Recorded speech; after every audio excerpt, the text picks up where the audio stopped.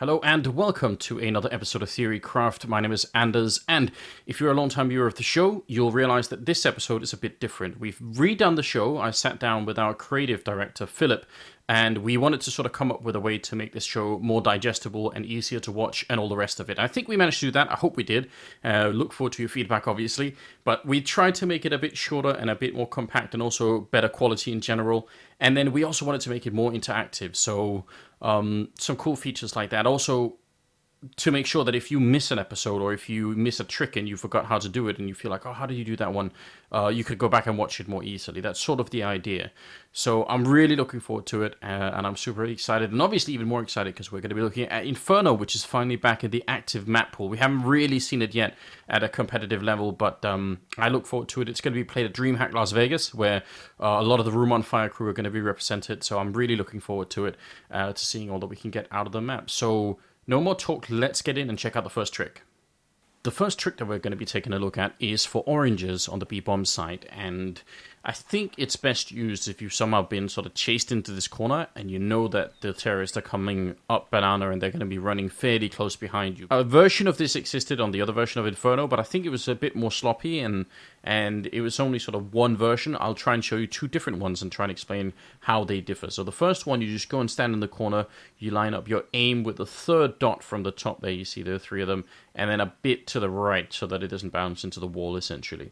So you just throw that in there and it'll bounce right out, and it will hit the top of the box, as you can tell, before it goes out. So there are two sound cues to be worked with here, which can actually work in your favor because when you're coming in from the terrorist sound side, it sounds like that grenade is somehow further away. It's a very short travel distance in the field of view of the terrorists coming in.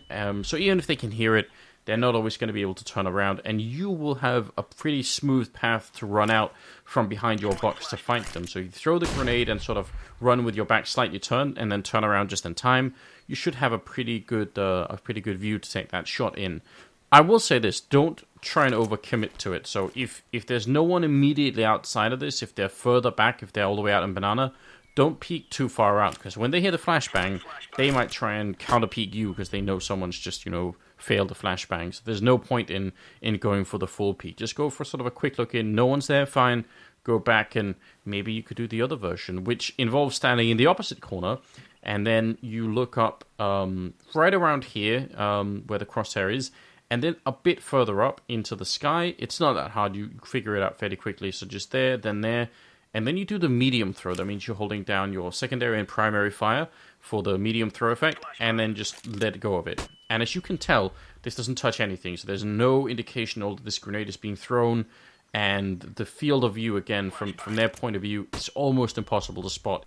So for this next grenade, you have to imagine that you're running back from banana again, you're escaping the terrorist forces, and you've run back to new box, which is not always a great position to be in. It's hard to get back out of there. You can get cornered, you could get grenaded out, so it's better often to try and fight your way out, and here's a flashbang that could be used for that. You just have to line yourself up against the backboard, walk into the wall, crouch, and then look a bit to your left. The further left you look, the wider angle you're going to get into the bomb site, so take note of that, and we'll show you some of the angles that actually will flash the enemy as they're coming in. Obviously, they can see the grenade going up, and they'll expect it to come down, but it's very hard to predict if you're coming in, if you've never seen it before, exactly when that flash is going to go off.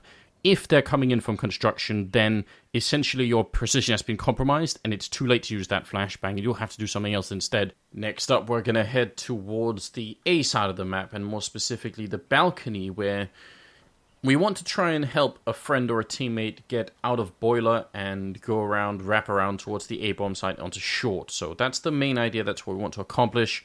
Now, how do we do it? Here's my take on it. So basically, you want to line up at this part of the fence, very easy to find, and then you want to throw a smoke towards archway. Lines over the edge of the roof, you see this little support beam, I suppose, and then just in the middle of that. So just throw that grenade, and it should be a pretty nice bounce. It's airborne for quite a while, so it'll take you, give you time to pull out the flashbang.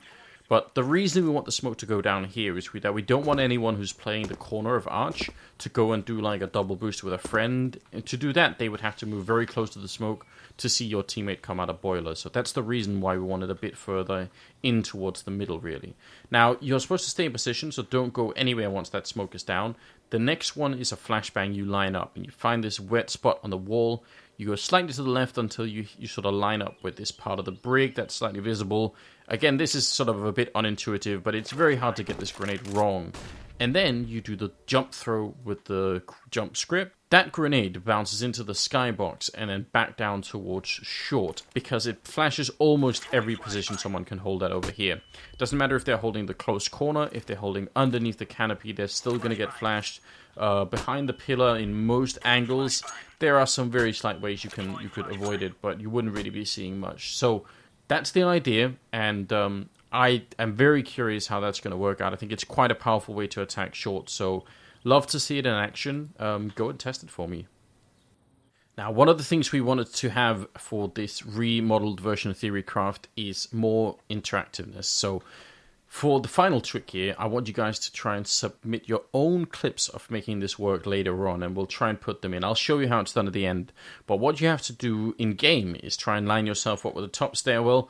I do suggest having a friend who's sort of in boiler or somewhere else, maybe, who could back you up. But ultimately, you line yourself up here.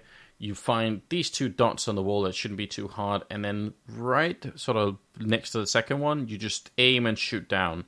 And go for the full spray with the AK-47. You'll see the bullets landing on the other side, and they do 15, 16 damage per shot. You can't obviously know if people will be standing right at the corner, or if they'll be a bit further back. So you can try and vary your spray. Go and test it on an offline server, and you'll get a pretty good feel for how far out you can shoot. Ultimately, it's very hard to get a kill like that. That's part of the reason why it's so much fun. If you did make it work, it would be hilarious. Probably get you a watch band right away. But that is definitely worth it anyway. I hope you guys will test it out and submit the clips, and I look forward to seeing them. So there we go, ladies and gentlemen. That was what you're going to get for this video, at least. I did promise that you could, try and do that wallbang yourself. And if you're interested, if you try it in a game and it succeeds, or it fails hilariously if you kill your teammate instead, I still want to see it. So send it. contact@roomonfire.tv, and there'll be a link sort of somewhere down below. You guys can go and check it out. Just email us with the header of Theorycraft and the episode number, and we'll sort it out and try and include some of those clips in the later videos. I'll obviously try and do it myself if I'm matchmaking, so we can get some of that in there.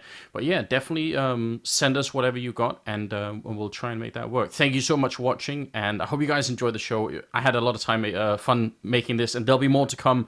Hopefully we can make them more regularly than we've been able to do in the past, and it should be pretty cool. So subscribe to the channel and all the rest of it. Share it with your friends, and have a good day.